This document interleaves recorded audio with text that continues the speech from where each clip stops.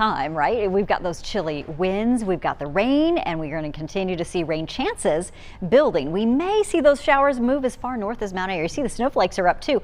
Downtown, we are starting to see those holiday decorations come up everywhere around the Triad and up into the foothills and mountains. Now we're going to see some shower chances for folks there, but it's unlikely that we're going to see rain coming down at a good clip like what we may have for folks in Burlington, Greensboro, Winston-Salem. As we go through the overnight hours, the showers becoming more likely, moving in from the coast. You're down to 43 in the foothills a little later and 38 in the mountains. We did make it into the 50s, even mid 50s for folks in the mountains to the east, I should say, into the foothills. It was really nice to have a little sunshine peeking through from time to time. You see this coastal low? Well, this is the troublesome issue. We've got a coastal low. We've got more moisture, more rain that'll wrap in. And so it's chilly, and temperatures tomorrow may have trouble getting out of the low 40s.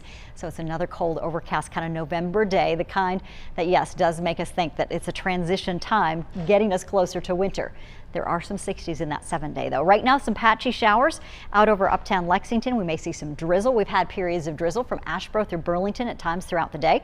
And now temperatures at 48 degrees in Greensboro, 48 in Burlington, and 42 rather in Galax. Winds out of the north-northeast anywhere from 10 to about 15 miles an hour in the eastern sections of the Triad the later we go. Now our wind gusts have been intense right closer to the coast near Greenville, and that gets worse as we see that front sit there, but that strengthening of the low and a few more lows down to the south riding through. We've got 16-mile-an-hour winds right now, gusting at times.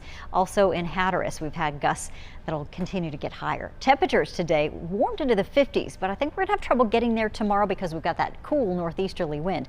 That coastal low is going to impact us in the Piedmont the greatest. With the weather tomorrow, more clouds, you've got gusty winds, cold temperatures, and periods of rain. Even if they're not heavy showers, they're going to impact your day because you may have to run into some drizzle and some of those pockets of heavier downpours here and there.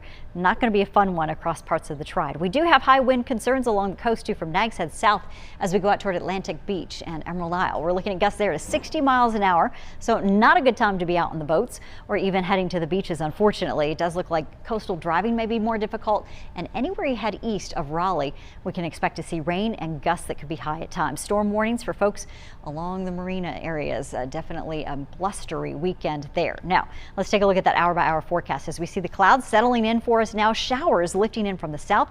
Passing showers are going to continue to roll through the day tomorrow. Your temperatures from 35 warm to 42, and that's chilly with gusts to 30 near 45 in the foothills, and we got you at 46 in the mountains. For folks who are heading out to see the Demon Deacons game down in South Carolina, you'll have 50s and sunshine. That sounds like a good place to be. 53 though on Monday and sunshine through middle of next week.